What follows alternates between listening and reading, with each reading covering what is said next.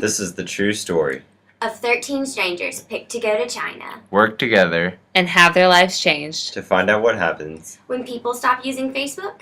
and start being real. The real world, China.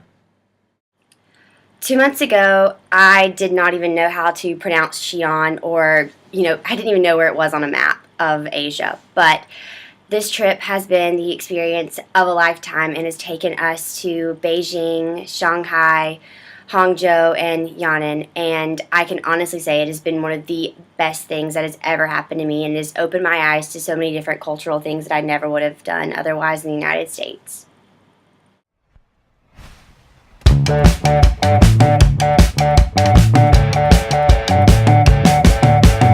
Holiday, oh holiday, and the best one of the year.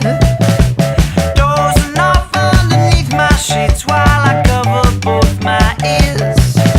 But if I wait for a holiday, could it stop my fear to go away on a summer's day?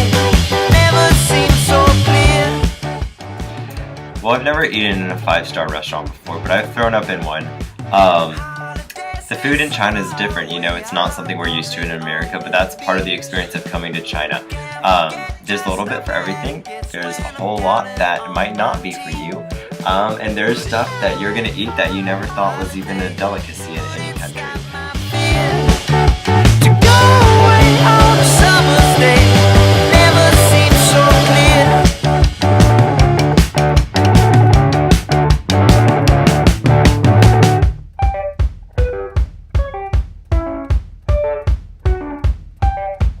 A vegetarian since the invasion. She never seen the wood bombs. She never seen the wood bombs blown up to 96 bomb future out.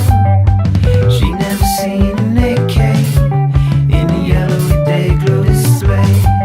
Her t-shirts are lovely, turned over history books. So, a quick rundown on some of the highlights of what you'll do while you're in China. We visited the Great Wall it was our second day there, so we start right off the bat. Super cool, something I've always wanted to do, so I was really glad we got to go there. We visited Tiananmen Square, we visited the Forbidden City, Summer Palace, Beihai Park. Beijing was slam-packed with all sorts of historical places that we just got to see and really experience firsthand, which was super cool. And then in Xi'an, we got to see the Terracotta Warriors, also known as one of the 8 wonders of the world, which is really, really neat. They're still uncovering that, so it's a cool historical experience. Dozing off underneath my sheets while I cover both my ears. But if I wait for a holiday, could it stop my fear to go away on a summer's day? Never seemed so clear.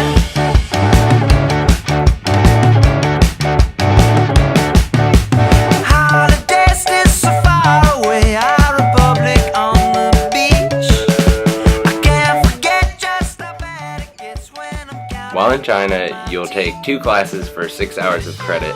The first is with Dr. Grassian, who's always really funny, but you only meet a few times during the class, and a lot of it is actually experiential, and you go to all the cool places that are in China and things that relate to Chinese politics. And then at the end of that, you'll have a test that will determine most of your grade. So that's fun. But you do get a lot of other interesting things, like going to the Beijing Administrative College, the Chinese Foreign Affairs University, and things like that.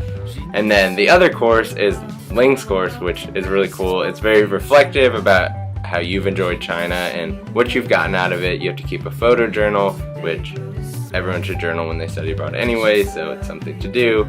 So it's some work, but it's really fun, and we get to see a lot of cool sights as part of it. So that's what you'll experience. Okay, I didn't give the food a fair chance before. I've thrown up after eating Chick-fil-A, so really that's nothing new. But the food here, it's different, as I said, but you're going to eat some things you would never eat before, and honestly grow fond of some things you're probably not of at home. I'm going to miss eggplants. I'm going to miss the rice. I have a rice cooker, but I don't think it'll be the same as eating, authentic Chinese grown rice. And I'm really gonna miss fried churros at breakfast. So don't let the foreign cuisines deter you from this experience because it truly just enhances it or just adds to an interesting story. So a few tips for your time in China. The traffic laws are different, so you really, really need to be careful. I almost got run over by a Range Rover today. So just they're ruthless. They're really ruthless. Yeah, and then you also really need to be in good shape. There's a lot of strenuous activity that you need to do. Like for the Eastern bathrooms, you have to squat, so practice your squatting. Yeah, and the water, so you can't drink the water. It's not clean. Breath control before you leave so you don't suffocate in the shower or bring a snorkel. And also you need to learn at least a little bit of the language to get along, or else it might be kind of tough on you because not everyone speaks English here. Whoa, Jow McDonald's. Well, those are a couple tips then. In all seriousness, we've had such a great time while we've been in China.